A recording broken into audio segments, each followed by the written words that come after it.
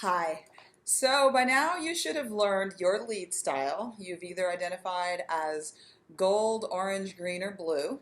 That means that you've learned at least a little bit about yourself. And really, this is a very, very simple personality typology. So if you've ever done Myers-Briggs or anything like that, this is just a very simplified version of that that's really useful in the workplace.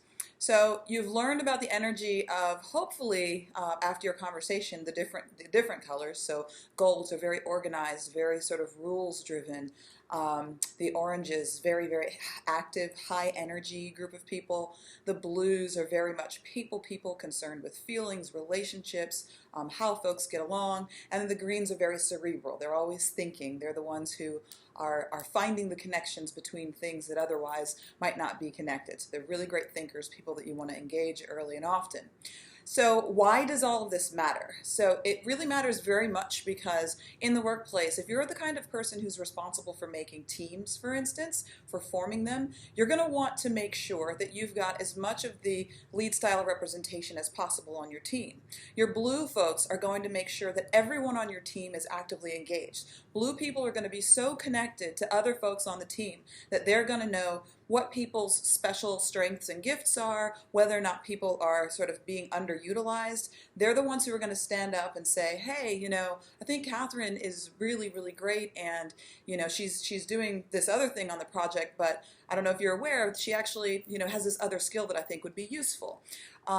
They're going to be the ones who make sure that there's as little conflict as possible. They're amazing for that. Your greens, you're going to want to engage early and often. You never want to engage a green and say, oh, by the way, I want you to join this fully formed project and we're just going to do what's already been written here. If you want to really maximize the green potential, you want to engage them very early and get their ideas on how things should be done from the onset. They're very, very amazing co-creators. They're the people that you want to think with, thought partners. Your oranges are the folks that you really want to get involved when you need something done yesterday. If you've got a project and you are trying to get it triaged, your orange people, I'm an orange, so I'm a little biased. The orange people are already thinking about the steps it takes to get everything done before you've even fully articulated what the project or the problem is. They don't second guess themselves a lot, and they're just really good at just getting things done. Lead, follow, or get out of the way. Your gold folks, they're the ones that really keep the lights on. They're the folks that keep order. Some people might struggle with golds from time to time because of the rules, the regulations, and the structure, but truth be known, without the golds, things would fall into chaos. So if you want to make sure that everything is compliant, that we're adhering to our mission, that we're doing what we should be doing, and that it's connected to the larger picture, then your golds are going to be there for you. So that balance is really important. The other thing that's really useful about the lead style as a paradigm is, I'm sure that as you've become a little bit familiar with this, you can probably see people in your family, you can probably see your friends identified in this very simplified structure. What that does is it gives you some insight as to how to communicate with them or how to influence an outcome with them. So if, for instance, you have a boss who you suspect might be a gold, the last thing you would want to do, if you happen to be an orange like me, is run to that boss every 3 seconds with these really great ideas that are not fully formed, that are, by the seat of your pants and, again, just sort of not thought out. A gold is going to want detail. They're going to want to know, have you thought about budgets? Have you thought about implications? Have you thought about how this fits in with the other projects that we are responsible for, et cetera, et cetera.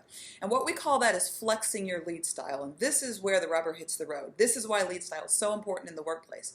If you can get a handle on that language and you can get a handle of that particular paradigm and understand that personalities, there's no winning personality. There is no better personality than another. It's just different. It's the way that we move through the world.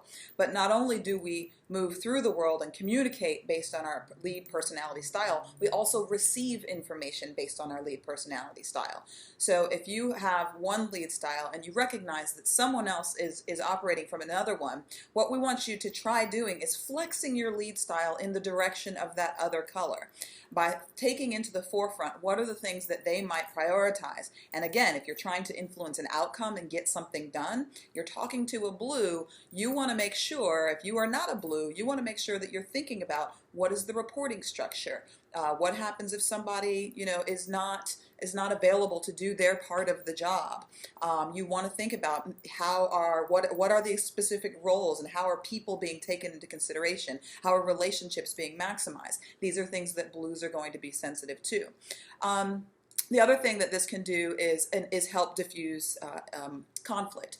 For instance, we had one person in a training once say, I really thought that my boss was just hated me, was really obnoxious, and it just turned out that my boss was a gold. Now, nothing against the golds. The golds have a slightly more rigid structure often than some of the other colors, but what this gentleman learned was, what he figured out was, he was just presenting all the time with things that were not fully formed. And when the gold came back and said, well, have you thought about this and this and this and this? He thought he was being shot down when in fact the gold was trying to prepare him for success.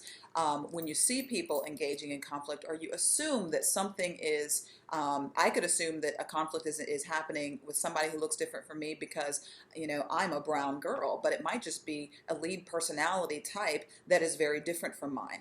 So I want you to take this into your broad umbrella of what diversity is. Diversity of personality is a very, very important thing.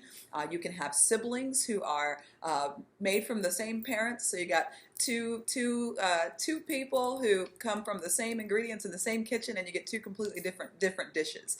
So anyway, enjoy your lead style journey. Really glad that you are a part of this, and see you soon.